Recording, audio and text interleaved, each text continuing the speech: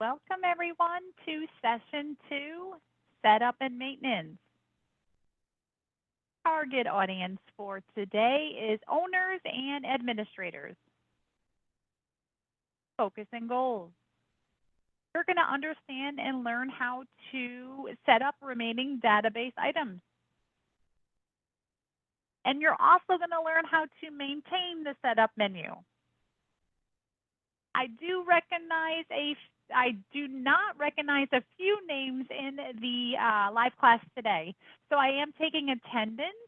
If you could provide me your full name, email address in the agency that you work for, and send it to me in the private Zoom chat box, I would greatly appreciate that.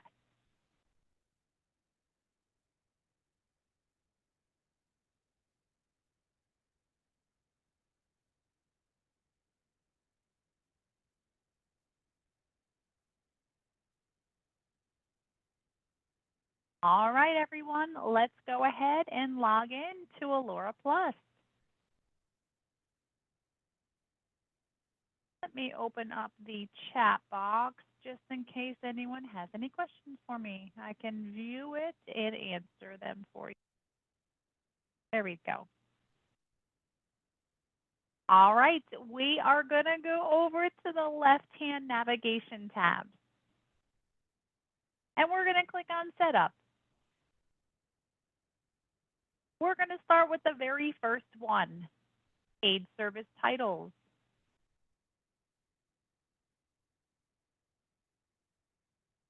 If you have home health aides in your agency and they are going out to see patients, when you create or if you create an aid plan of care, actually can put titles on that aid plan of care. So if you're seeing a patient for more than one service, maybe you're seeing them for companion care and personal care, and you need to create 2 aid plan of cares. This is optional, but you do have the ability to put titles on those aid plan of cares. To add titles to your software, you should have examples already here stored for you, but if you want to add additional ones, you're going to click on the blue Add button, and you're going to create a title. Once you're done, you're going to save and close. Again, this is optional if you want to put titles on your aid plan of cares. And I do like to mention throughout Alora, we do have help videos. So here is one specific area. If you're not sure what aid service titles means with setting up in your software, click on your help video. We are going to skip over AR adjustment reason. That will be covered when you're ready for billing in Alora. Guys, feel free to stop me anytime. If you have a question, you can unmute or put something in the chat box. Our next one is aid task code. If you are creating the aid plan of care in your software, when you create that document, all of the standard tasks will be included inside of that document. Feeding, grooming, dressing, transportation, all of that is inside of that document. Now, if you would like to create any non-standard tasks and include them in that aid plan of care, this is where you would add them in the setup area. We have examples already stored in this area for you. To create an additional non-standard task, you're just going to click on your blue Add button. Now, the task ID is for the upgrade of telephony. So if you do not have that upgrade, you can completely ignore that. but you do want to follow the numbers. It does start with 801, so you want to make sure that you keep those odd numbers in order. So if I ended at 810, my next one will be 811. Oh, did we have a question? I think I might have heard some feedback.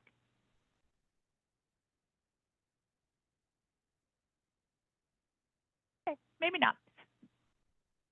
And then you would put your task name. So if we want to create a non-standard task, let's say we're seeing a patient or the home health is seeing a patient and they want to use an example I don't have already, guys.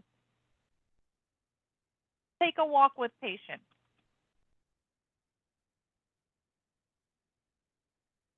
And create that non-standard task and save and close. I have 811, guys. I have 2. Let me do 814. There we go. So that's going to be stored in your software. So if I look at all of my aid task codes, the new one that I just created, all of these non-standard tasks that you add into your software will pull to that aid plan of care when you create it. And I'll show you guys on, let's see, we're going to go over that on Friday, I believe. Yep, we're going to go over that on Friday. I'll show you where all this pulls to. It's just going to give the opportunity for whoever's creating that aid plan of care, if they need that caregiver to complete that task, and it's a non-standard task, they would add it here, and it will pull to that aid document for them to select it for that caregiver to do. If you're not creating any aid plan of care, you can ignore this area. Again, I like to point out the help video, guys, just in case.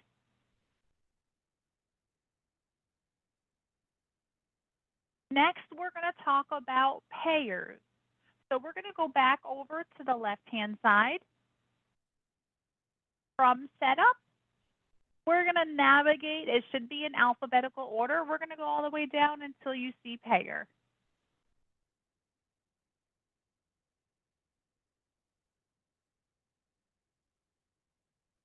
Your software comes with 3 payers already stored in this area. You should see Medicaid, Medicare, and private pay. Now, when you start getting referrals and are working with payers, you're going to have to add those payers inside of your software. And this is where you're going to add those payers in. I'm not going to cover this in full detail, guys. We will be more than happy to cover this with you in your one-on-one sessions. So let's just go into one just so I can show you guys what it looks like when you're setting up your payers inside of your software.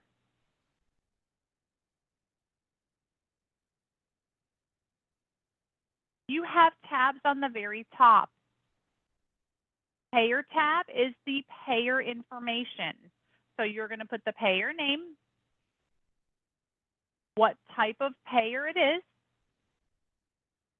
Here's your choices in the drop-down. Your payer code is just to summarize your payer in the first box. It's for you to recognize it. So as you can see, if you're looking on my screen, I opened up Medicaid. I just have it summarized to MCD, something that you would come up with as that payer code. If you are not mailing out claims to the payer, you can leave the address boxes blank. You do not have to fill them out. If you need to fax documents to the payer, you can inside of Alora. Just make sure you have that fax number and that payer set up right here. So if you're working with a payer that requires authorization, maybe they are asking for documentation on that patient in order to get more off for them. You can fax out documentation to payers in Alora. Does that payer require a plan of care to be done? If they do, you would select that box.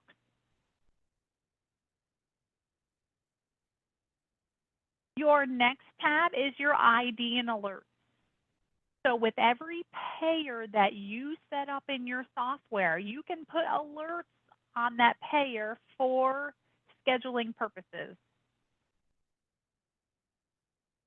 Your provider ID would usually be, if it's a Medicare payer, it's going to be your Medicare ID or your PTAN number.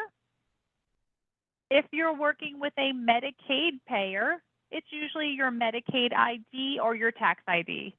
This box right here is the financial number associated with your agency of who you are.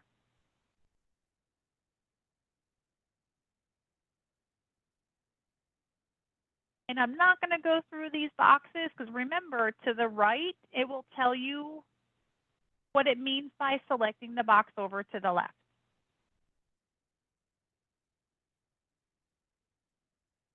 So you can put authorization alerts, frequency alerts. It's going to help you with scheduling.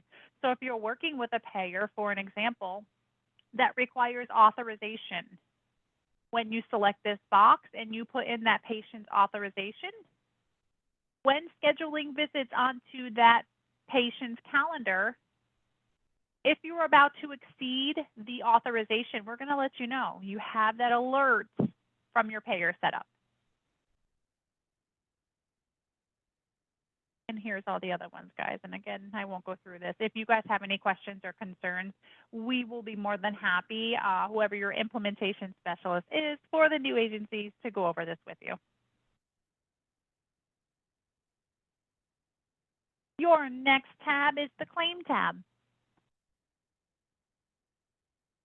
This would be where are you sending your claims to? Are you going to be working with an aggregator, or are you going to send them directly to the payer on their payer portal?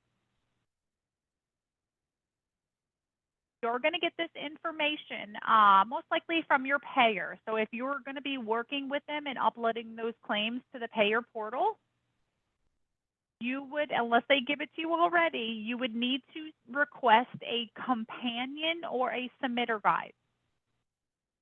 Inside of that guide for that payer, they're going to let you know where you need to send the claims to. Do you have to work with an aggregator? Are you able to send those claims directly to the payer? Inside of that companion guide, once you start working with payers, it's going to give you all the information that you guys need.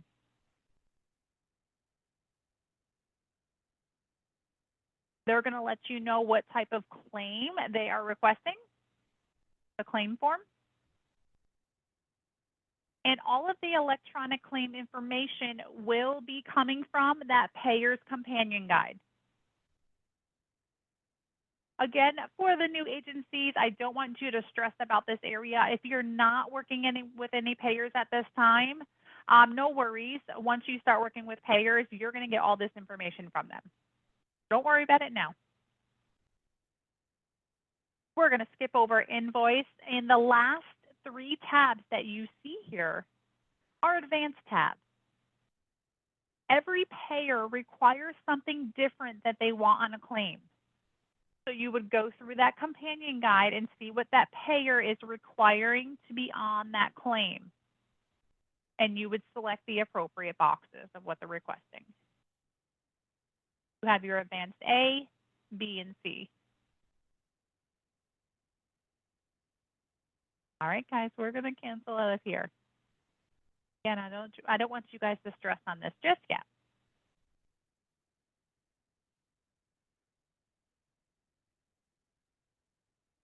When you start adding your payers into your software, you're going to add the specific visits that you're doing for that payer, which is the billing code you need to set up in your software. So if we go back over to the left-hand side under Setup, we're going to click on Billing Code.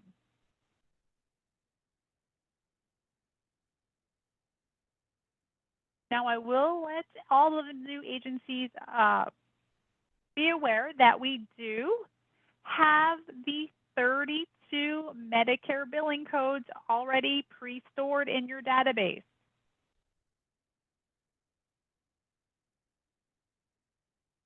When you start working with payers, they're going to let you know when you enroll with that payer, they should give you an enrollment packet.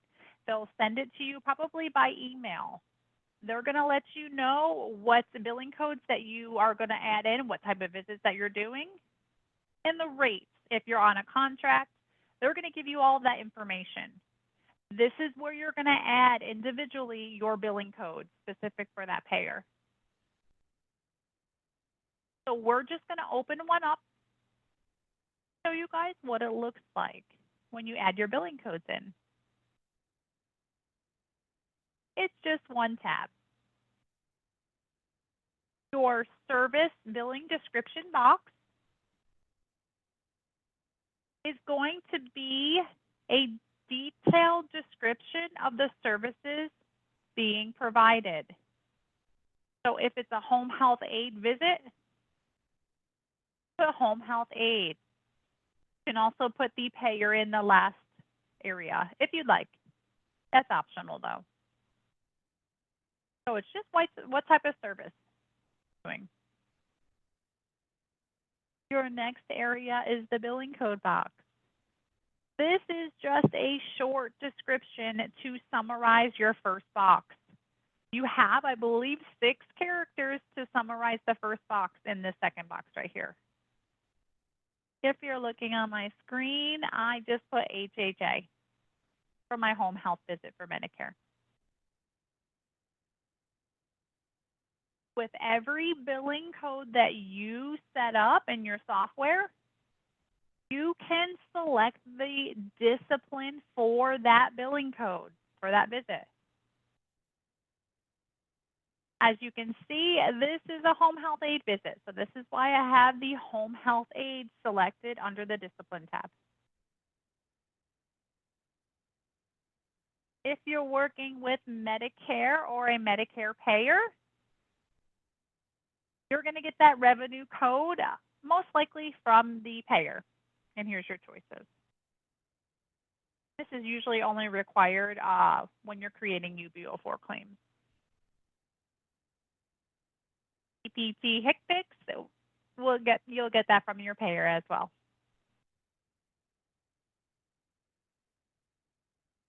Document type. You can choose what document you want that caregiver to do for the billing code that you create. It's pulling from the discipline right here. So as you can see, guys, I have home health aid selected. So I would just select regular visit. Now, if I'm creating for another payer a nursing visit, and I change or I put the discipline skilled nursing, look how the document type changes. If I'm working with Aetna and I'm creating that start a care visit for that payer, when I add that billing code and choose the discipline skilled nursing, if I know it's a start a care visit, I only want my nurses to do the document of the assessment. So I'm going to select that box.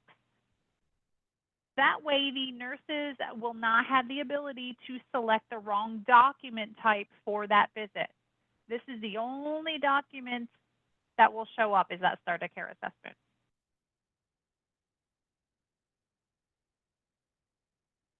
If it was a regular visit, let's say skilled nursing visit for Aetna, I'm going to choose regular visit. When the nurse goes out there and starts their documentation on their dashboard, the only option they have is a skilled nursing visit note, which they need to do and not the assessment. So you don't want them to do the wrong documentation. This will avoid that problem.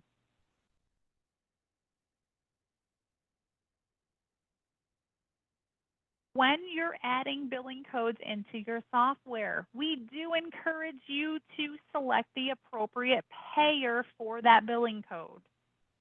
If you leave this box blank, that means that you can schedule this billing code to any patient's calendar, and they may not have that payer. They may be with another payer. The problem with that would be when you add your rates in, maybe the home health aid visit for Medicare is completely different than the home health aid visit for Aetna. That's why we encourage you to not leave this blank. If you leave the payer box blank, you can schedule that billing code to any patient's calendar with any payer they have. When you tie in the payer specific for that billing code, Medicare on my screen, you can schedule the visits to any patient's calendar that have Medicare. If they have any other payer, this billing code will not show up when you're trying to schedule a visit.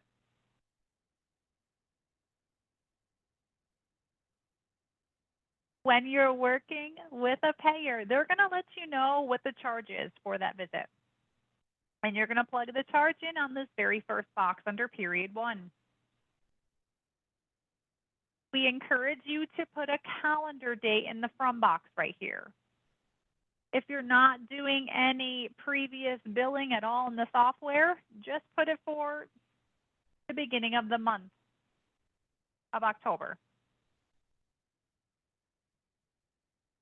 Your through box right here will be left blank. This will only need to be filled out with a calendar date if your payer ever increases or decreases the charge for that billing code. Then you would expire it and put the through calendar date in and enter that new charge, whether it's increased or decreased, on period 2.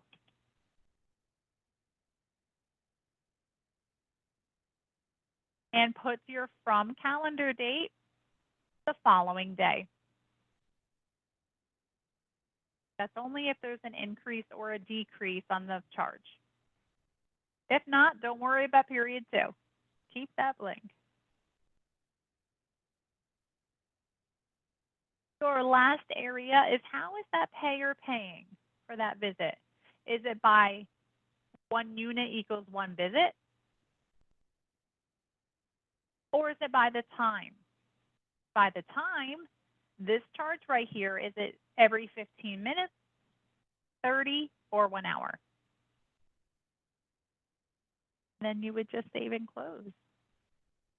We're going to cancel. I'm not going to save my changes.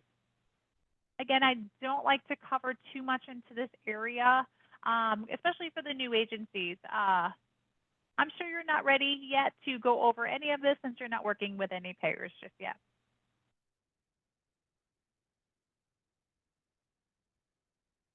Yes, I have a couple people in the waiting room, guys. Let me bring them in. All right. Let's go back over to the left-hand side. From setup, we're going to now go into the care plan templates. Now, I will let everyone know, if you are a non-skilled agency, some of these tabs on the setup, including the care plan templates, you will not see. Your agency is non-skilled, so you won't see this tab.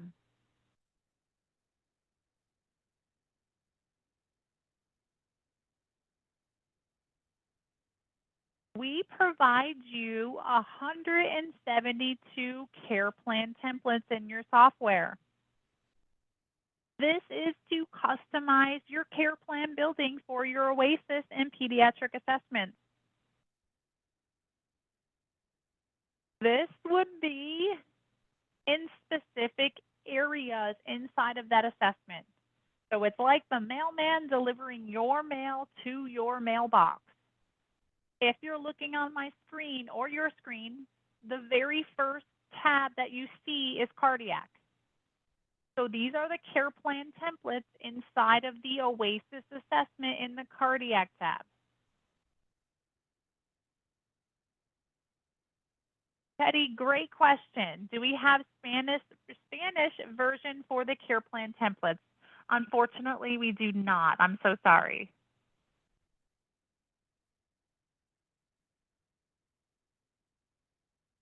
If you would like to edit any of the care plan templates that you have stored in your software, you can, under the action, click on the 3 blue dots that you see right here and edit. Change the wording and do whatever you'd like. Once you're done, you would save. If you would like to add additional care plan templates, there's a blue add button right here. You would click on add, choose your care plan type in the drop down. Maybe you want to add something to the cardiovascular area. Choose your section or body system. That would be the cardiac tab. And then go ahead and put your order and goal. Add it to your software. Once you add a new care plan template, you can actually put them inside of the Oasis, pediatric assessment, and the hospice assessment. And then you would save your changes.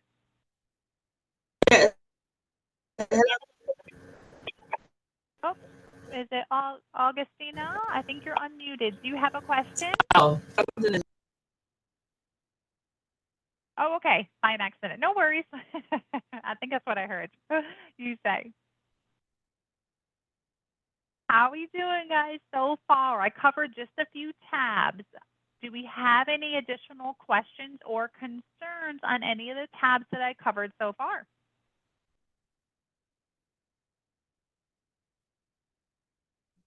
I did see Miss, oh, yes. we have a question. Sure. Jackie, it's my son with me today. Hi. Listen, Jackie, I see that the care plan they all check with Oasis. So if you don't not using the Oasis for the care plan, like if it's a private pay, we just unchecked everything, right? So this, whenever you create an Oasis assessment, these are going to be included in there. So if you're doing a private pay patient, you're probably not going to be doing an Oasis assessment. You're probably going to be doing either a non-Oasis or a non-skilled assessment. Different document. Oh, it's a different thing. Okay. Mm-hmm. So there's another tab. There's another tab to go there to do that. So if you're seeing them for non-skilled services, you really don't need care plan templates. You're not providing any skill for that patient. So that this would not fall into private pay, if that makes sense.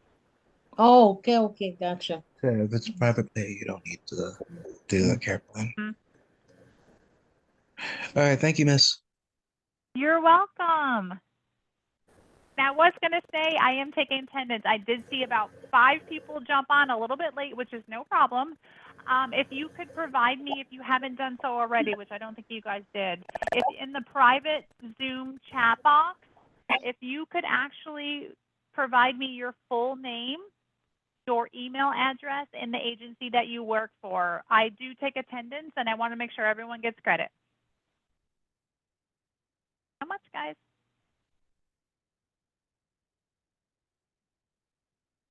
All right, guys, the next thing that we're going to talk about, which is very important for my note takers, one of the setup areas that are important is to add the county codes that you're going to provide services in your software. You want to add your CBSA codes in. So that's one thing that's very important if you don't have them in there already. I'm going to bring us to arrows. So hopefully everyone has their arrows open and they bookmarked it from yesterday. Inside of your project playbook,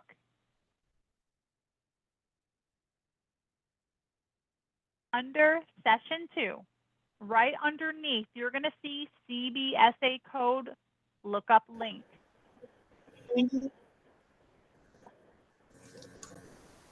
I would encourage you, everyone, I do have it up here so I can copy and paste it in the chat box. Save this link into your computer. This link, and I'm going to show you how it works, will help you add your county codes inside of your software. Jackie, I'm so sorry. I missed the start of this. I don't think I have an account for this website. So are you a new agency? Yes, I am. Okay. I'm trying to think, is this I could be wrong. This is not Marjorie, right? It's me. It's me. Marjorie, yeah. Oh, it is. Okay. Sorry, I'm getting confused because it's showing that who's speaking is okay, so that must be Yeah, your son we're in the speaking. same Okay. room. That's so- why. Okay. Yeah. So if you didn't, is it Jodlie? Am I saying your name Yes. correctly? Yes. If you can provide me your email address and put it in the chat box, I will make sure you get an invite to this. Marjorie should have one already because I know she completed her homework because she told me. But I'll add you on your playbook as well for the agency. Okay, thank you. You're very welcome. So if the, oh, did we have a question? Where do I Is that go Marjorie? to do this? I think you just have to, you should have that website bookmarked, she said. From yesterday. Remember you said you completed your homework assignments, your arrows? Yeah, app.arrows.to. I'm still making it. That's okay. So if you can't find it right now, Marjorie, I am going to provide you the link. That way you guys can both bookmark it. So let me show you. Okay, I brought her to this. Sure. So for everyone else, if you have your arrows open, the link's right here, guys. So when you click on it, here is the county code link lookup. So, but what I'll do is for the agencies that don't have their arrows open, no worries. I actually have it here just in case that happens. So I'm going to copy and paste it into the chat box so everyone has it, and feel free to click on it and bookmark it to your favorites. And I'm going to show you guys how it works. It's super easy. I'm going to give everyone just a minute to click on it.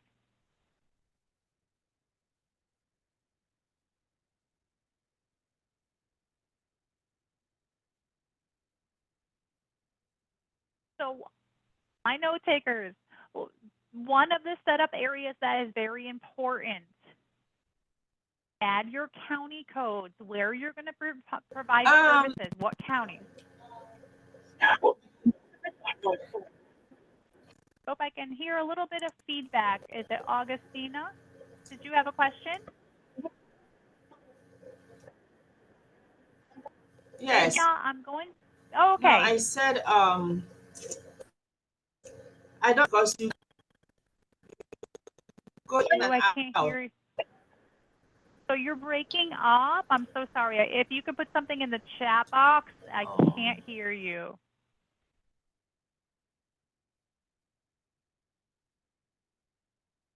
And I'll keep an eye on that. So in Alora, on the left-hand side under Setup, go down until you see CDSA code. This is where you're going to add the counties that you provide services in. This will be blank. So if you're looking on my screen, these are the codes that I added into my test database.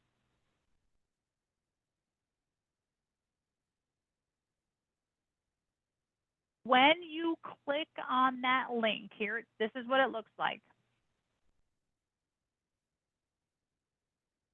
I'm going to show you guys how it works. It's super easy. There is a blue link that says you must click here to select by state. Click on that link, and a small box will appear on the upper left-hand corner. Let me share it. This is the box that you will see. It's a lot smaller. I had to share this individual area. Choose the state that you're in the drop-down. Once you choose your state, choose a county that you know you're going to serve patients in the drop-down.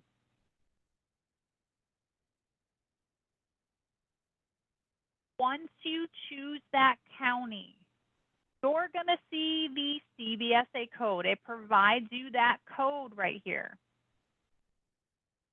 You can copy and paste, but I will let you know that it usually doesn't keep the last digit. So you can write it down or remember the last digit. So mine is 37340. So if I try to copy it, let's see if it pastes in. I'm going to go back to Alora. And I'm going to click on my blue When add are you button using right this here. list? I can leave it for you. Okay, I can leave that because I have other things. So Augustina, are you, I'm not sure if you're talking to me. You're unmuted again. So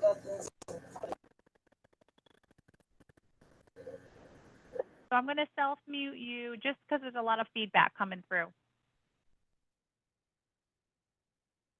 When you click on your blue add button, you're going to paste or type in, if you wrote it down, your CBSA code. Oh, mine works, guys. Look at that, all 5 digits. Yours might do the same. It usually only gives me the 4. First box is the county code.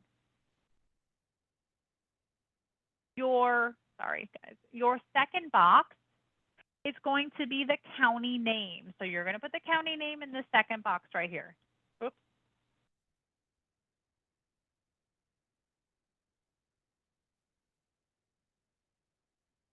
Your third box is the FIPS code. If the link doesn't provide the FIPS code like it didn't for me, we have a blue link under the box that says FIPS code lookup. You're going to click on that, and you're going to find that county. It should be in the drop-down. You're going to select it, to save and close. If you followed along with me, you have your first county inside of your Alora software. Here's the one I just added in, guys.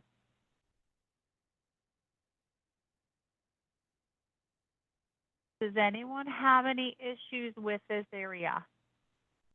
Feel free to unmute or put something in the chat box. Jackie, quick question. So what's the relevance again of this code? When you add any patient's admission inside of your software, inside of their admission is the county that they reside in. So you will not be able to save that admission if you don't put the county that they live in. So that's why you always have to make sure that you add your counties into your software. For Medicare, it actually pulls the county information as well of how much you're going to get paid back from that county.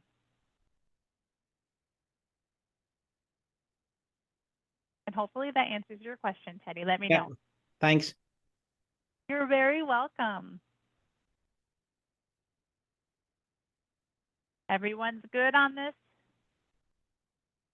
Augustina, I didn't see anything in that chat box. Are you okay?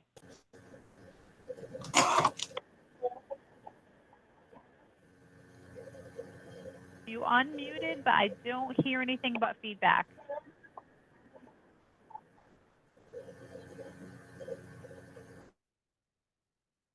All right, I'm going to self-mute you again. Maybe your audio is not working. But let me know in the chat box. All right, guys, we're going to keep going. We're going to go back over to the left-hand side. And now we're going to look for emergency preparedness contacts in your setup area. Remember, it should be in alphabetical order. So from setup, here it is.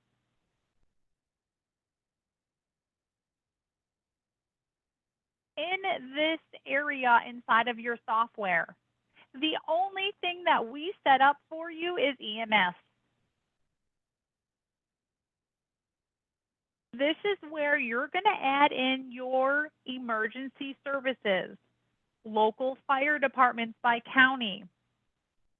That way you can personalize each of your patient's disaster plans if you need to create that disaster plan for that patient. This area is to add those contacts into your software. You would click on your blue add button. I'm going to open up one I already have. And this is what it's going to look like. What is the contact type? Here's your options in the drop down. As you can see, if you're looking on my screen, I added in my utility company. I put the utility name, their address, and the contact phone number for that for Seco Energy. Add all of your emergency preparedness contacts in. So once you add one, you can save and close. And then you can put in your local fire departments by each county and with the blue add button. If you need to create a preparedness plan for your patients, you can pull in these contacts inside of that preparedness plan. And I'll show you guys tomorrow where this pulls to. Any questions on this area at all?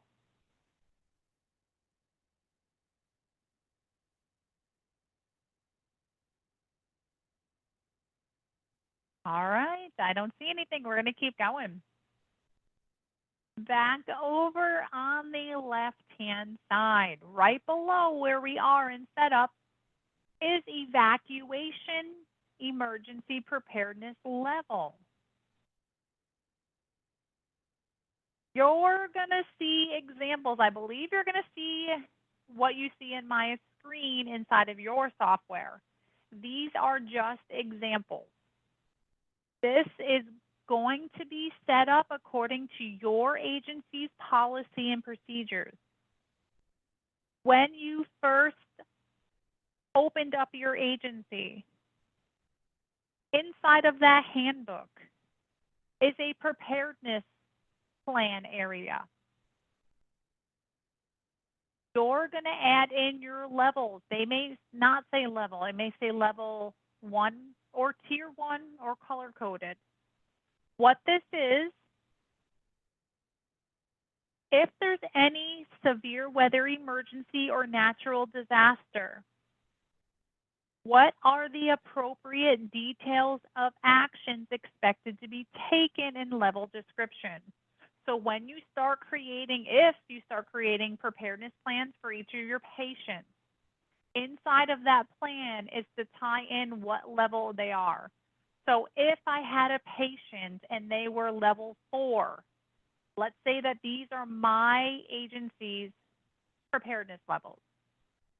Inside of that document, which I'll show you tomorrow, when I create the preparedness plan and I put that patient as level 4, this means that the visits may be postponed 72 hours or more with little or no adverse effects. The patient will be okay, basically. Now, if I have a patient and I create their preparedness plan, and maybe they're level 2, for my agency, level 2 means services for patients at this priority level may be postponed with telephone contact. So if there's a tornado here or a hurricane here in Florida, one of my patients is level 2, I can give them a call. A caregiver can provide basic care until the emergency situation improves. So this is going to be specific for my agency if I had one. So if you're not sure what your preparedness plan is for your agency, it's going to be in your handbook. Plug it in word for word in this area. If you have a consultant and you're not sure where this information is, reach out to your consultant. They will have this information. If you work with 21st Century, I believe they put this all together for your agency. And I could be wrong, but I believe that they do that. Questions on this area?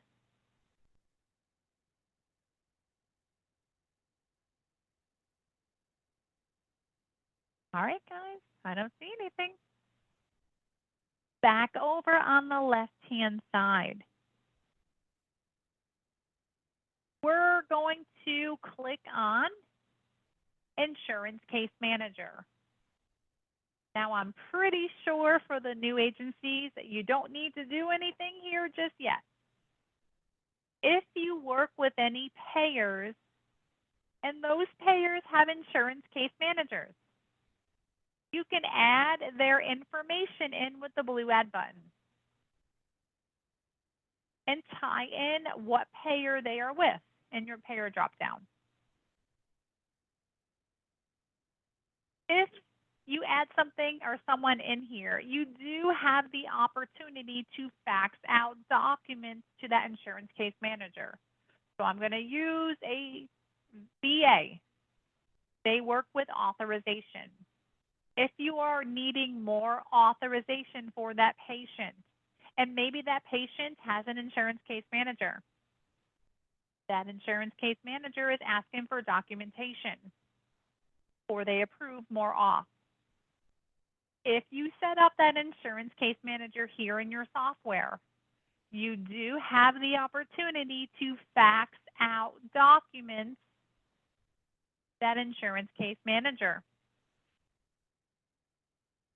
So with them being added here, you can fax out documents, and you can also tie in on that patient's admission if they have an insurance case manager, which I'll show you guys tomorrow. Add them into the admission. If you're not working with any payers yet, or if you don't have any insurance case managers for any payers that you're working with, you can ignore this area.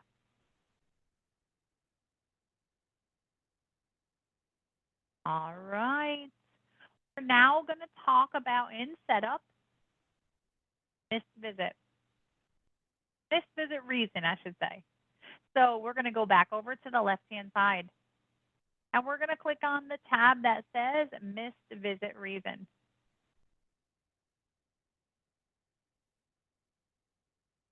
You're going to have examples stored in this area as well.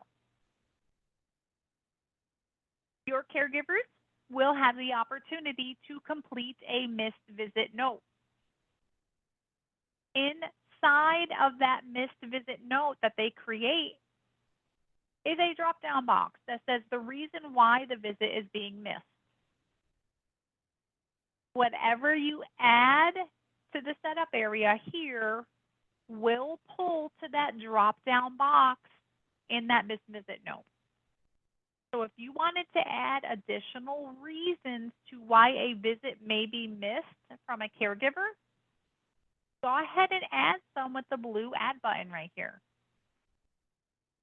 Maybe a patient's family is in town. They don't need services. The family's going to help them that day.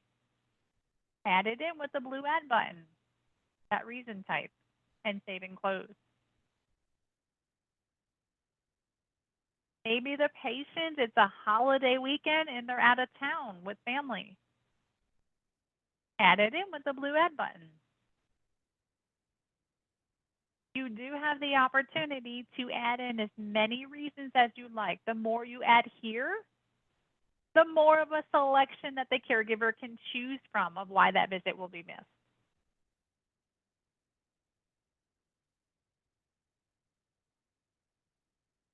All right. Back over on the left-hand side. We're now going to talk about patient communication type. If you joined me yesterday, we talked about caregiver communication type. We talked about adding in call-outs and vacation or PTO. That way you can log it in with that specific communication type when you put it in the caregiver's communication log. This works the same way, but it's for patients. Inside of every patient's admission, you have a communication log. So if you are seeing a patient and the patient says, I am not happy with the nurse that just left my house. You can add, which I think you already have in your database, you can add that communication type right here, complaint. I'll show you guys tomorrow inside of the patient's admission where you can put that communication log in and choose that specific type of communication in that log. Remember, I mentioned yesterday the communication types that you add into your software. You can run reports based on those communication types. So I'm going to give you one that I would encourage you to add into your software. Patient fall. It is not pre-populated in your software. You don't have to add it in, but you can if you want to. You would click on your blue add button and type that communication in. And save and close. I'm going to save, guys. I already have this in my software.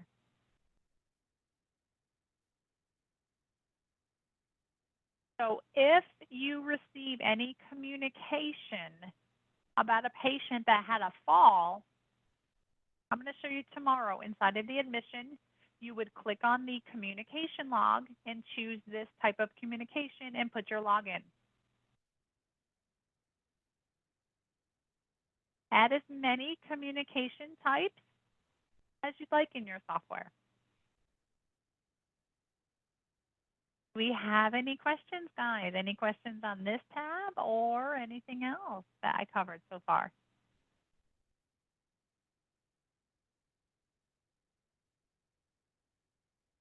All right.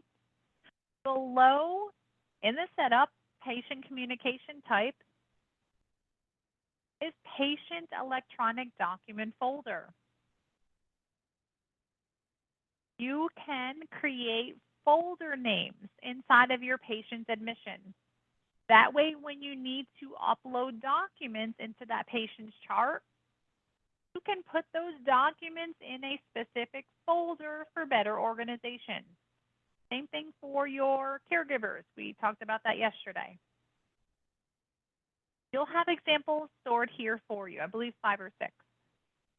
If you want to add in additional folder names, you're going to click on the blue add button. Maybe you want to add in the plan of care signed by the physician. So once you get that signature on that plan of care, you need to upload it to the patient's chart. If that's something that you want to add, go ahead and click on your blue add button and add that folder name in. And I'll show you guys on Friday where these folders, the names, pull into the patient's admission. And they're not going to be patient specific. So anything that you add here will pull to every patient's admission area. So you don't want to put names here.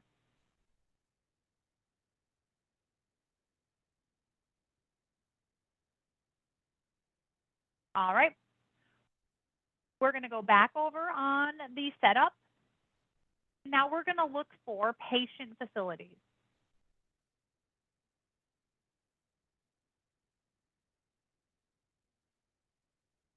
This area is going to be blank as well. This is to add in facilities inside of your Alora software.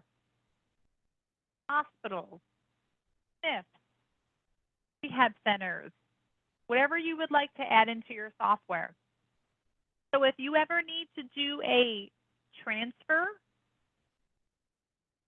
to hospital, transfer to rehab, or discharge, when you complete that document, you can tie in what facility that patient went to, but you have to add them here first. We also have a hospitalization log inside of that patient's admission. So if they ever get transferred to the hospital, you can put it in their log. If you have the facility here, you can choose the facility in the drop-down box of where they went to. Let's work on one together. I'm going to show you guys how easy it is to add in a facility inside of your software. I would encourage all the agencies to click on the second blue button right here. Add from NPI registry. Once you click on that blue button, you're going to fill out the boxes. You may not know all of the information in these boxes, and that's okay. If you know the hospital or facility that you want to add into your software, you're going to put that facility name in that second box right here where it says organization name. Example, here's a hospital that's near me. And let's just do a second box. Let's put your state in. So you don't have to fill out all these boxes. So you're going to put the facility name and the state that you're in. They're abbreviated. You can abbreviate this right here, guys. So with this little information, I should be able to find this hospital from the NPI registry. I'm going to hit search. And here's my options, guys, for me. I like to look at the taxonomy over to the right. I'm looking for general acute care hospital because this is a hospital. This is the one that I want to add into my software right here.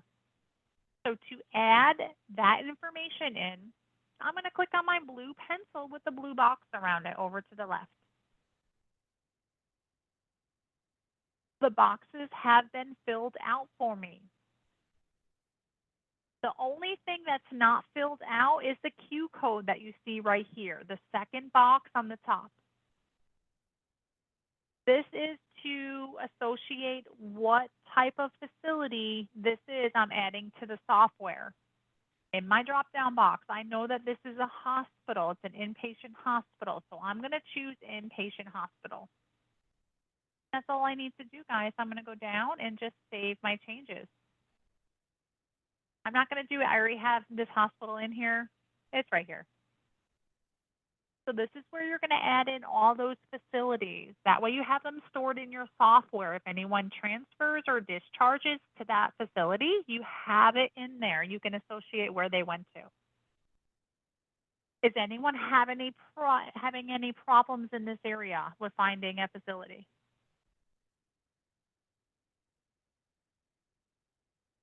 It may be tricky if the facility changed their name.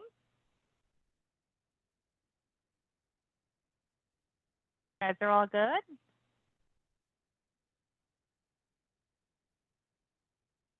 All right, I don't see anything and nobody unmuted. All right, we're gonna keep going. Oh. Jackie, I tried to put the Yes. hospital. I tried to put the hospital by me. I don't get anything. So, okay, so let me take a look. So they might have changed their name. So what is the hospital name, Marjorie? Riverview Medical Center. Are you in Florida? No, I'm in New Jersey. Oh, we have a Riverview in Florida. I was like, wait, are you near me? So is it, let's look at Riverview Hospital. Medical Center. Medical, oh, okay, sorry. Oh, yeah, they might be, because I think they are now Arkansas. Riverview You found Medical. it? No, I did not. And you said you're in, I'm sorry, what state? New Jersey. I thought so. I was going to say, that's where my husband's from. Let me see. So let's see if we find anything. Most likely they changed their name if we don't find any. Oh, there we go. Oh, there we go. Yeah. So Riverview. So your option. So let's get rid of the city. And let's get rid of the There's name. one here. Like she put it. So And then search. and then make it NJ like she did. Okay. Search. No results found. Yep, click. Yeah, it says no results found for me. So maybe you have it the name in wrong. So maybe she's put in Riverview Medical Center. Take the hospital, huh? Yeah, let me take the hospital out. It is sensitive. So if you do put hospital and it says center, it's not going to find it in the NPI registry. Oh. Okay, Riverview Medical. Oh, I hit cancel. And sometimes it is not giving the Q code. How do you get that? So that's really easy. So let me just add in Riverview. So the Q code is just to associate what type of facility it is. So if you're adding in a There you go. hospital, Patient you would hospital. choose Okay. inpatient hospital. Yep. Gotcha, I okay. guess find the That's the one. one. Yeah, that one. Okay, thank you, Miss. We found it. You're welcome. You found it? Thank you. Yeah, we found it. Perfect. You're very welcome. No worries. Anyone else having any difficulties in this area?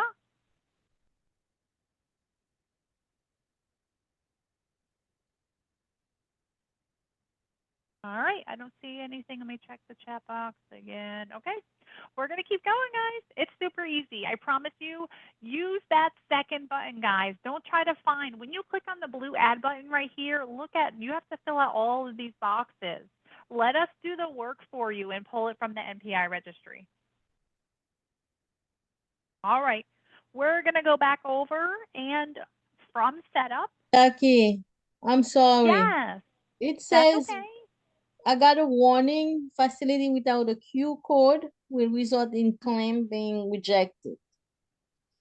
So you So, could bypass that warning, or you could put your Q code in. So if it's an inpatient hospital, on that second box, okay. choose So is it an inpatient inpatient hospital. hospital? Oh, okay. Yeah, what kind of? All right. You sure that's the one? Yeah. Oh, okay. All right. Thank you. Thank you. Thank you. You're welcome. No worries at all. We make these classes interactive. So guys, feel free to unmute. All right.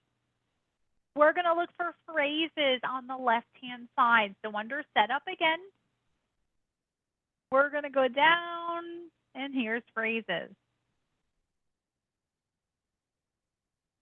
Phrases are one of the many favorite things inside of the software that I like.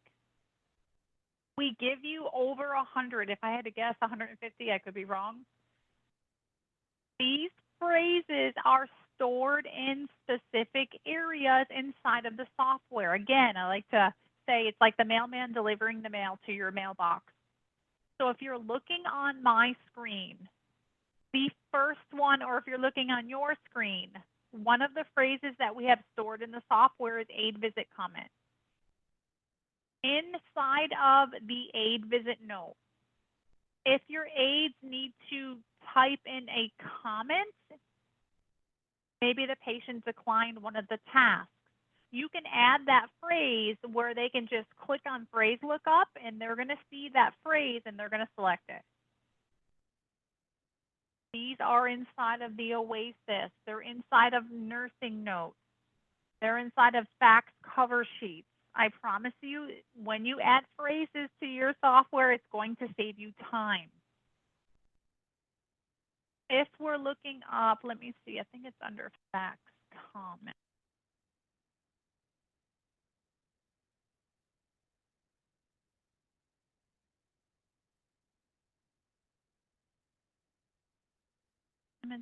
There we go. You're going to see I have lots of, and I just searched one type of phrase, fax comments. I have lots of phrases in this area, and I keep saying every week I need to delete some of these. These are phrases that I stored in the fax cover sheet. So that way I don't have to type something out in the comment box, please sign and return. I can add it to the phrase list, and when I fax out a document, inside of that cover sheet, I can choose the phrase that I want to store in the comment box instead of typing it out. So I love phrases, and I'll show you guys tomorrow in the fax cover sheet where all of these fax phrases are stored in my database. I need to delete some. I should do it after today's live class. But phrases are really helpful for your clinicians, saves them time. Again, you're going to see them throughout the software. You can add phrases here to the setup area, or if your nurse or someone is in a specific document and they want to add something to that phrase area, they can add it into the document. They don't have to go back over to this area, and it will be stored in the setup. So it's pretty cool. I love phrases, guys. I'll show you tomorrow. Jackie, Yes. so mine doesn't look like yours. I don't have the aid phrase. So what is that for? The phrase. What do we use it for? The one that you see on my screen, let me go back. Aid, visit, comment. Yeah. So if you're not seeing that and I forgot, that means that you don't have the Care Connect upgrade. So ignore that. That means you don't have that EVV inside of your software. Well, and I This is should. in the if you don't, well, Care Connect is an upgrade. So on the left-hand side, do you see on my screen where it says Care Connect? Care Connect. You Yeah, have it's right Yeah, that here. on your I screen? have Care Connect EVV. Yeah. Wonder if, oh, you know what, guys? I'm so sorry. I think I added these in phrases. So if you click on your blue add button, Mm-hmm. you see where it says aid, visit, comment in your first box, your drop down? Yeah. Oh, okay. Sorry, guys. I totally forgot I added those 3 in there. So that's where you can add a phrase to the visit note. Okay, patient decline. And it could be a reason why the patient said no to taking a shower. To put in a phrase, patient declined shower due to having, oh, you can't put that many characters in, guys. Patient decline. We could just leave it like that and save and close. So we'll be working with the agencies. If you guys have any additional questions in areas, we'll show you the phrases. It's pretty cool. And you can add as many phrases as you like I just showed Yeah. you with that blue add button. Okay. So, well, the phrases we use them in for notes. You can. Some of these So are inside of documentation. what's the purpose of the phrase? That's what I need to know. It just saves your clinician time. So in an area inside of a document, let's say an OASIS assessment, I'll use that for an example, homebound status, and I think that's one of the phrases. I spelled it wrong. So in an assessment, I know we have that in the homebound area. If your nurses always type something in the comment box, requires taxing effort for patient to leave home, you can add it to the phrase list. That way they can hit phrase lookup, see that phrase, click on it, and it will store in that comment area. It saves them time. They don't have to type out what they want to say. It's going to be in that phrase area for them to just click on. All right. Thank you. You're welcome. We'll show you if you're still not quite sure how phrases work. If you're with me, I will be more than happy to go into some of them in the documentation with you. Or if you're with someone else, your specialist, we'll be happy to go through that with you. Okay. We're here for you guys. So, all right, let's go back over to the left-hand side. And now we're going to look for pay rate. Before I click on pay rate, I want to bring us back to yesterday's live class. You guys remember step 1. When you add an employee inside of the software, you have to go to setup and staff caregiver. That's where you're going to add all of your employees' HR records in. And for your homework, I'm going to check everyone's arrows and make sure they marked that they've completed their homework. This is one area. I won't dock you guys if you didn't, I promise. So when you add a caregiver's HR record in, let's open up Scooby. We talked about the pay rate. How are you paying that caregiver? So if you're paying any caregivers by the visits, the type of visits that they do, you're going to use the billing code. If you're not paying the caregivers by the visits that they do, like a start of care, nursing visit, and you're paying them by the visit or by the hour, you can ignore this setup tab that I'm going to go over. The setup pay rate is only for caregivers that you're paying them by billing codes, these specific visits that they're doing. Let me show you guys. So we're going to go, I'm going to cancel out of here, and we're going to go to setup and pay rate.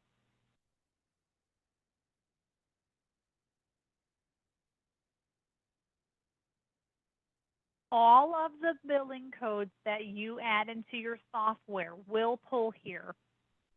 If you're looking at your screen right now, you may have not added any billing codes into your software yet. So you will see just 32 entries here. Those are your Medicare billing codes that we add into the software. If you're paying any caregivers by the visits that they're doing, will have to come to this area and edit the billing codes and put their rates in. So for an example, everything is going to be at 0.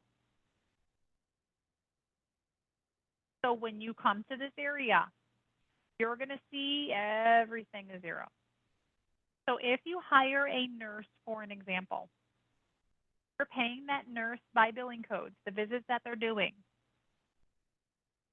If they're seeing Medicare patients, here's your Medicare billing code. So if I'm paying a caregiver by billing codes, I need to edit with the green pencil. Here is I'll use one example, Start a Care. I'm going to click on the green pencil, plug in the rate that I'm giving the caregiver. Let's say I'm giving this caregiver $150 for a Start a Care.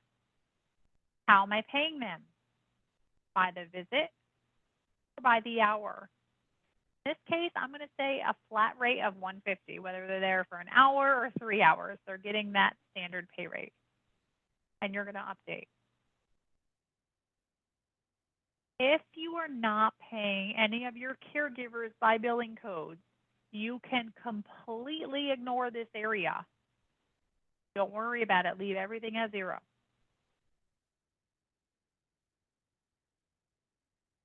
Any questions on this area? Quick question, Jackie, on that one. So this should be only a Sure default, thing. right? So if this vary within caregivers, you still have the option to change that, I would think, on the caregiver menu. Good job, Teddy. Yes. So if, let's say you're paying a different, your caregiver, you're not paying them the $150, you're actually paying a caregiver another rate for the Start a Care. Yes, you're going to go back into that caregiver's HR record, and this is where your special pay rate by billing code comes into play. So let's open up Scooby again. And let's say for Scooby, I'm paying him by the billing codes, but for some reason I want to ignore the $150 and give him a special pay rate. He's a PT, but we're going to ignore that, guys. So you're going to put in the special pay rate right here. Let me delete that. So you can be specific by each caregiver. You're just going to go into this area.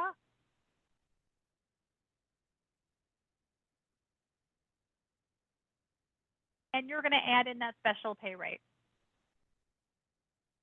So let's say Scooby's a nurse, and I want to give Scooby, instead of $150 for that visit, find that billing code. Here it is. And let's say we're going to give him $175 instead of $150. So this is where you're going to plug in that special pay rate and hit your visit or by the hour, and then insert. So it's going to override. So if I choose to pay him by the specific visits, by the billing codes, because I put the special pay rate in here, it's not going to give him $150 for this billing code. It's actually going to give him $175 for the visit.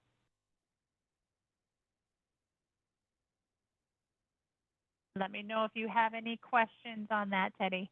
Yeah, that's good. Thank you. And since you're here, so we got a situation, say, for example, caregiver, I need to give her additional premium, right? Maybe she's on the on-call list, and she kind of got called, and I want to give her a premium of maybe a few dollars per hour. How do I do that? Great question. So you can, you can go to your setup area. Do you see how I have add-on pay rates right here? Yep, that's right. In your setup area. So if you click on setup, go all the way down. This is a new feature that we have in Alora. Do you see add-on pay rate? Yep. This will be blank. If you want to add on, and you can name it whatever you want, you can click on your blue add button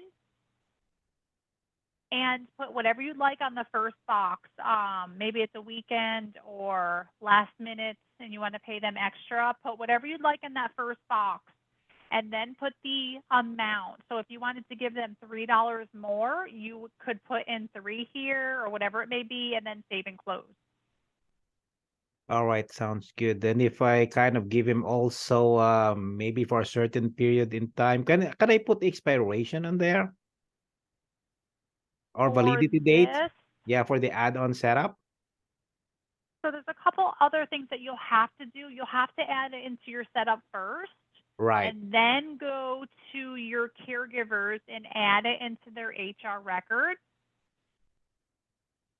And then the third step is when you add those visits on the caregiver's calendar, that's where you're going to tie them in. So if you want to expire it, you're just going to not add in that special rate. Let me just show you really quick. We can show you, if you're with me, Teddy, I'll show you in more detail. All right, But let sounds me good. just show So, you. yeah, that's fine. I just Let me want just show to you. check if that functionality exists. So it looks like it is. Thank you. Oh, you're welcome. It does exist. Let me just see if I have this on Jack. So this is where you can pull it in. I'll show you. Well, if you're with me, I'll show you. This is where you can add on that extra rate for the visit that they do. Yeah, great. Thanks again. Awesome. You're welcome. All right, guys, let's go back over. Does anyone have any questions before I leave the pay rate area? Any additional questions?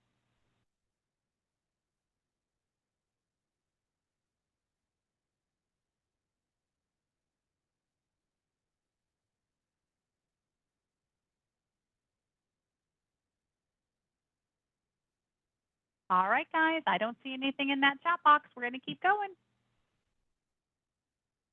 Back over on the setup. We're now going to look for the physician tab.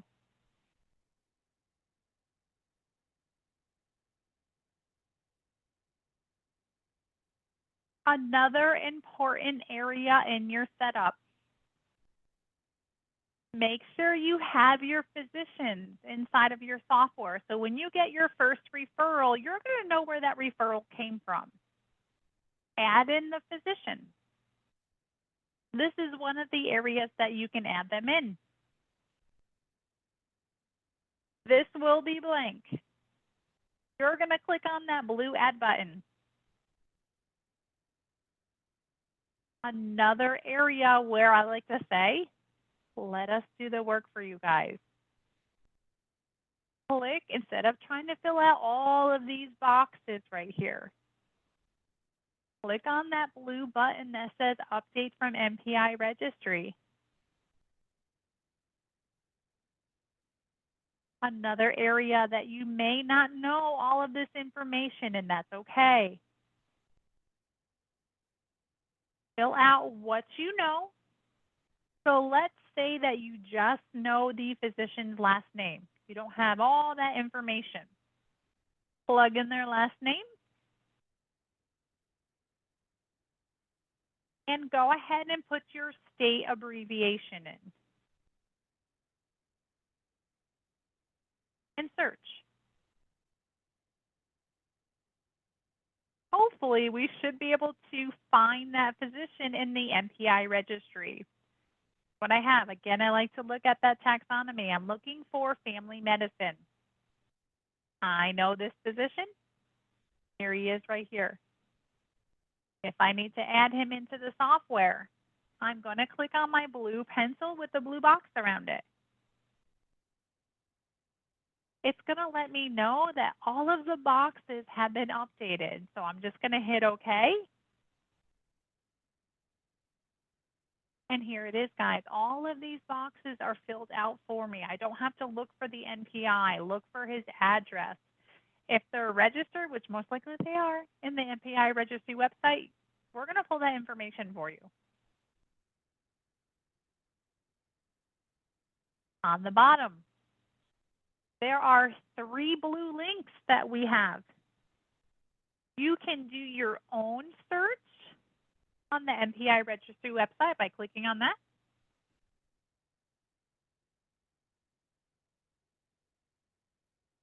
And it's, there we go, like it's circling, and then you can find them on the website. You can do your own Pico search. You can also print your physician list. So you do have little blue links on the very bottom. So once you're done and it updates, of course, from the NPI registry, which you guys are going to use because it's going to be so much easier, you're going to save and close. So just make sure you don't forget to save and close. If you navigate anywhere else in the software on the left-hand side, it will not save that physician. I'm not going to say, oh, I am going to save and close. I did delete him already. So once I save and close, here is my physician.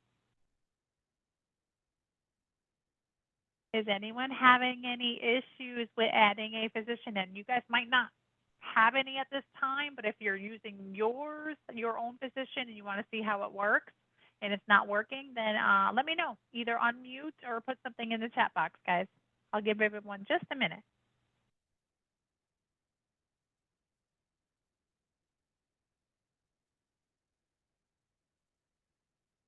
All right, I don't see anything, guys. Let's go back over to the left-hand side. We've got a few more tabs, and I'll let you guys go for the day. Our next tab is Reason Not Admitted. So on the left-hand side, here we are. Tomorrow, we're going to be working on adding a test patient inside of your Alora software. Inside of any patient's demographics inside of your software, there's a status box. If they're in progress, you added that patient's demographics in. You're not sure if you're admitting them yet. So you're going to choose that status in progress. If for any reason that you don't admit the patient onto your agency, there's another box in the status that says not admitted.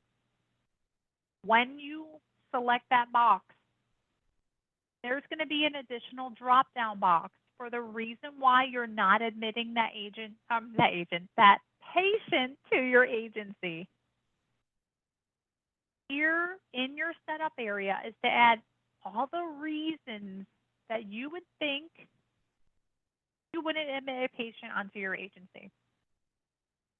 You have examples stored in your software here already. If you wanted to add in additional reasons, you're going to click on the blue Add button. Maybe they are with another home health agency. That might happen. If you think that might happen, go ahead and add with the blue Add button and add that in. Maybe the patient is not in the coverage area that you cover.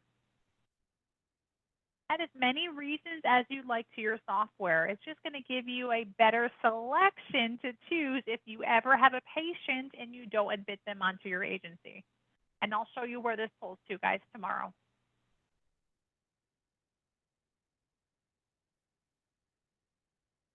Next tab is your referral source.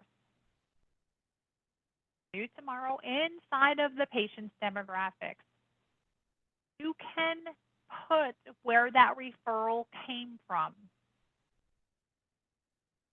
If you know where your referrals will be coming from, go ahead and add your referral sources into your software.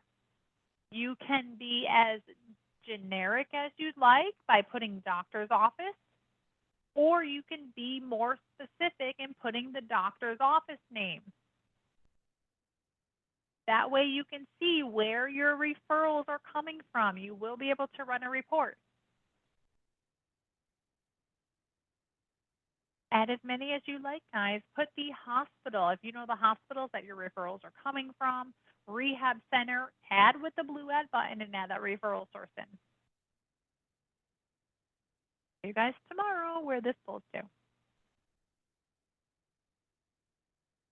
All right, 2 more tabs, guys, and I'll get you out of here. Back over on the left-hand side is, we're going to talk about supply code.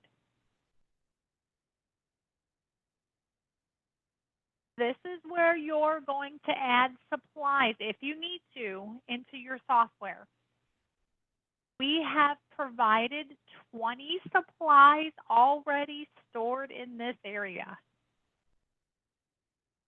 If you need to add more, you can click on the blue add button. I'm just going to open up one to show you guys what it looks like. Let's open up the very first one, 2-inch gauze rolls. So I'm going to click on my green headed pencil. If you're adding a supply code in, you're going to put the description of the supply in the second box. The first box, supply code, is just to abbreviate that second box. If you're ever working with payers and they pay for supplies for that patient, you're going to put in that the revenue code and the CPT HCPCS and the charge. If it's just for inventory purposes, you can leave all of the boxes blank after description. You can just put in the supply code, abbreviation, and the description.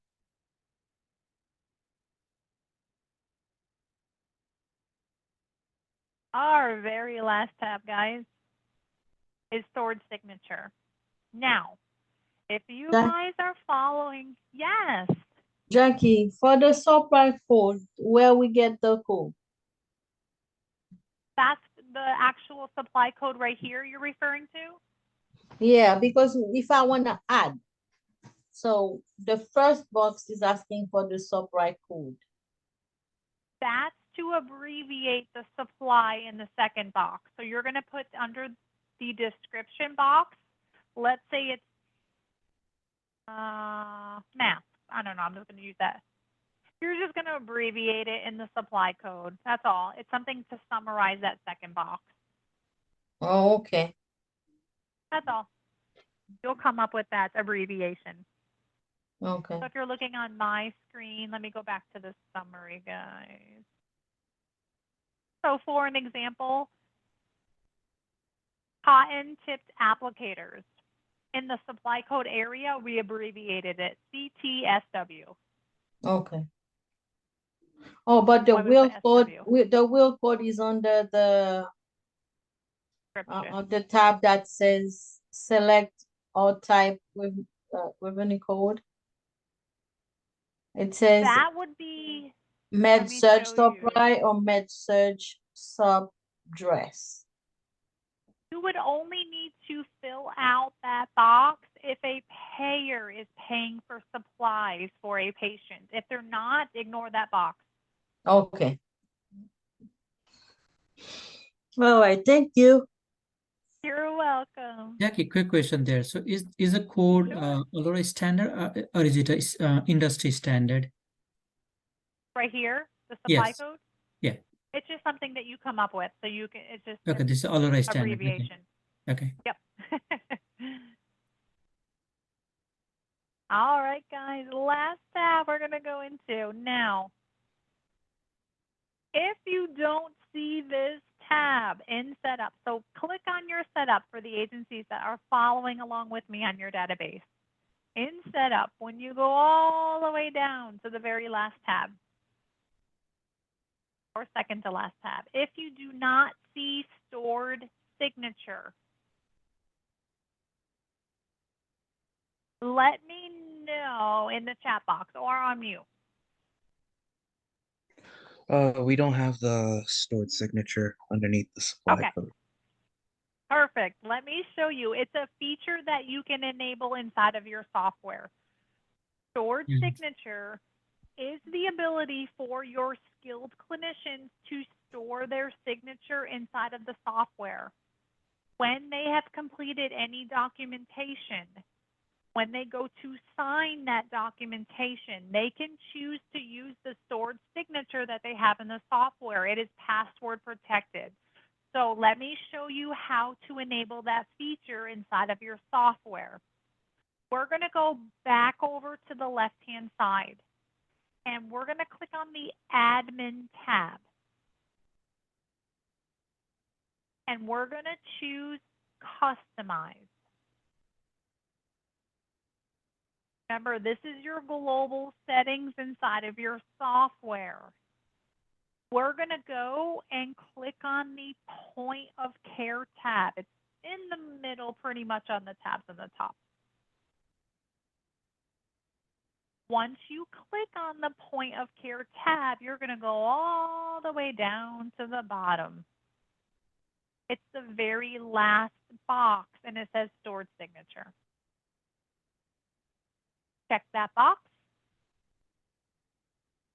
and save your changes on the bottom right. Hit that green button. Just a second.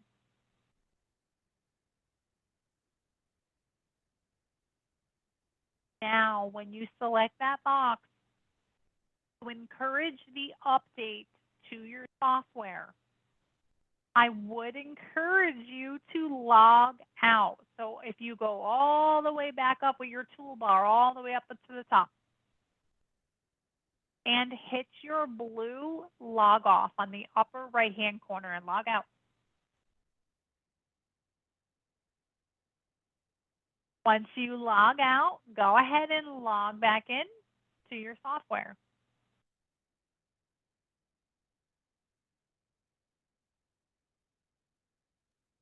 Yeah, it shows now. Oh, what was that, Ted? I don't know if that was Teddy or not. I was just saying, yeah, it Was that shows you? the stored signature now when you log in. Oh, log in. perfect. Yep. Great. So for everyone else, click on your Setup tab and go all the way down to the bottom. You should see that new tab in your Setup area, the Stored Signature.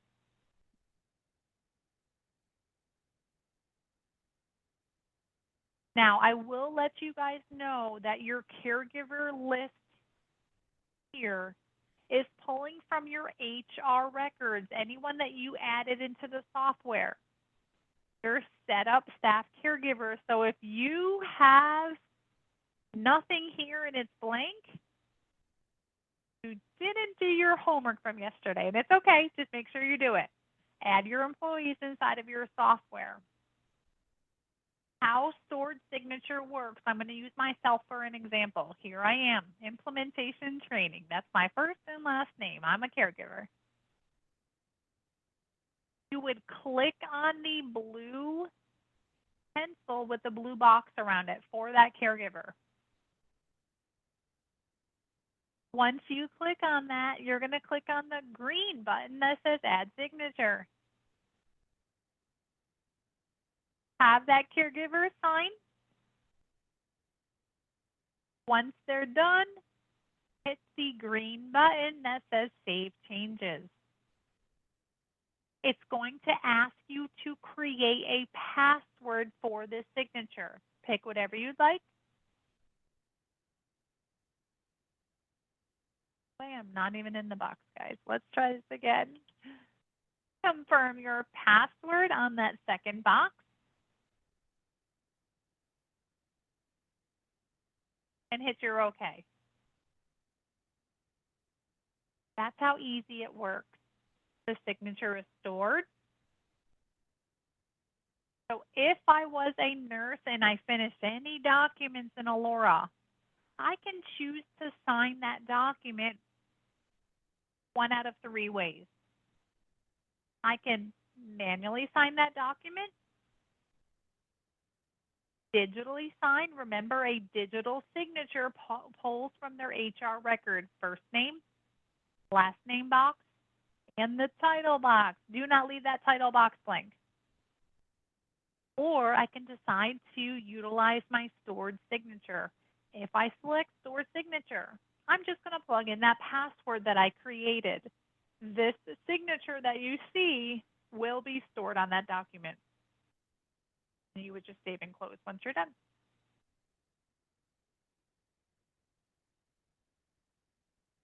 Did anyone have any troubles in this area? Yes, Jackie. For I tried to enter a signature, but I don't want to create the password. And there is no way to get out. There is no close button. There is no way to escape. I hit the escape button. It doesn't let me get out if I change my mind in between. Okay, so you put your signature in and then you hit save changes. Yes, and then and it says to create a Yeah, it's password, gonna right? make you. It's gonna make you put something in there. So put whatever. I think you can put in numbers. You can delete it and just once you're done, put something in there and then Okay. hit OK. Even if you want to do 1, 2, 3, it's not really that sensitive. You are reading my Well, maybe it mind. is. Ignore that, guys. And then It I is have to delete. sensitive. Okay. And then delete it. Yep, you can delete it when you're done like that. Okay. And then So go. this is for that particular person, right? This is so we are able to see other people since we are admin. But they are the one who we need the consent from for the signature, right? So why am I able to save the signature for somebody else? So you're under someone else, most likely because you're the admin. So you have full access to the software.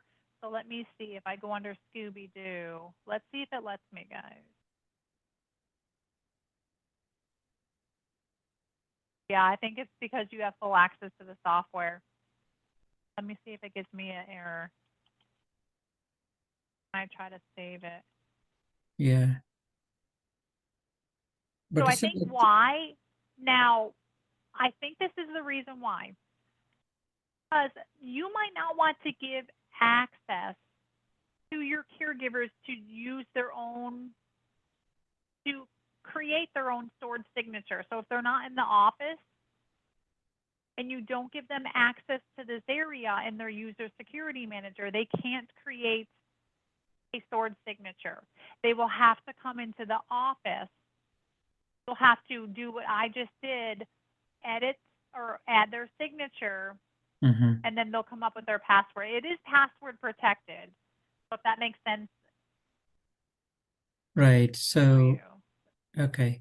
So this is A lot password of protected between employee and myself, right? Because correct. now I know the password for that person. Correct. Oh. So because you have full access to the software, you're going to be able to, if you don't want them to have access to this area to do it on their own, this is where they're going to come into the office. You're going to do what like you just did. Click on another caregiver, have them sign, have them plug in their password, and hopefully you won't look at it. But yeah. Okay. Okay, yeah, that's fine. I just want to know, like I was just thinking in the in other sense, one should not know someone's password from that perspective I was saying, but since you were saying an admin has access to everything, I think that clarifies everything. That's fine. Okay. Perfect. All right. And yeah, in their user security manager, which I'll show you, is it Laxman? I think you were asking that question. Yes. So in everyone, remember step 2, when you create their login credentials, let me just open up one of my caregivers. In their security role right here, you do have the ability for them to not access that setup area to store their own signature. If you go to, when you open up a caregiver's user security manager, the security role tab right here, there should be stored signature right here. So if you don't want your caregivers to store their signature themselves and you want them to come into the office, that's how that would work. You would log in, do what you just did, have them store their signature and password protect or put a password in. I see. If you want your caregivers to do the stored signature on their own, then in this section right here, you would give them full access right here. That way, they don't have to come into the office. They will have the stored signature for them to add their signature into the software and plug in their own password. You won't even know their password. They can do it on their own without coming in to the office. Okay. Okay, so we have the option to control. Okay, I see. Thank you. Oh, yeah, you're welcome. Absolutely. All right, guys, I know we went a little bit over, and I do apologize about that. That is session 2, guys. I would like to, before we leave, open the floor one last time for any additional questions or concerns from today's live class. Jackie, I have one request. Actually, before I was behind the wheel, so I was just watching on the phone. I think most important part for today was the what was that, CBS code or something? Yep. And Set up, right? the CBS code, CBSA code. Okay. Our goal, since there is another link that comes from the arrow and all of that, I got that. So the goal is just to add the code here, right? Because in that page, there are other options, such as home health value purchasing, days late, wrap submission. We don't have to do more things from there, right? Where are you? Are you in the setup area? No, is that okay? I share my screen. I probably would say I wouldn't want you to share your screen because you have other agencies on here and you have all your information. We can connect if you'd like after everyone is gone, and you can share your screen. Okay, sounds good. I just don't know if you want everyone to see your screen with all your information in there. Yeah, okay. That's fine. Thank you. We'll connect. We'll stay on after everyone leaves, and I'll take a look, see what Sounds you're good. referring to. Okay. Awesome. All right, guys. Let me just show you what we're going to be working on tomorrow. If everyone can go to the arrows or look on my screen. We're going to be adding a test patient inside of your software. So for the agencies that are following along with me today, and they're going to do that tomorrow, inside of your arrows, under the resources area, under live class 3 is Jackrabbit's referral. So if you are going to be logging into your software tomorrow and adding him in, go ahead and print him off so you have him. Be adding that referral in. That way you can do a lot of testing on your test patient. You can start documentation, schedule visits onto his calendar. He will be a great resource for your agency to test on. Cover that tomorrow, guys.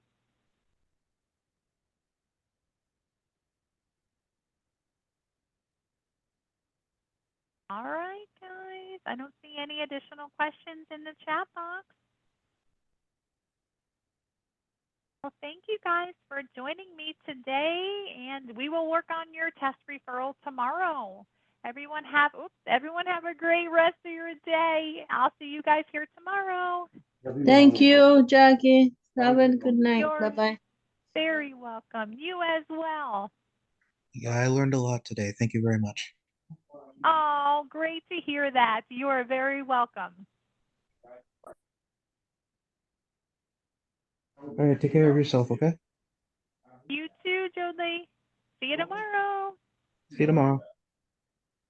Bye.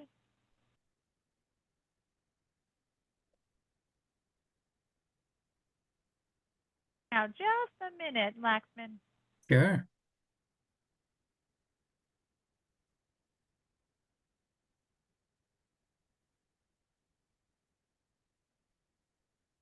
There's no one else with you on your team, correct? No, just me today. Okay.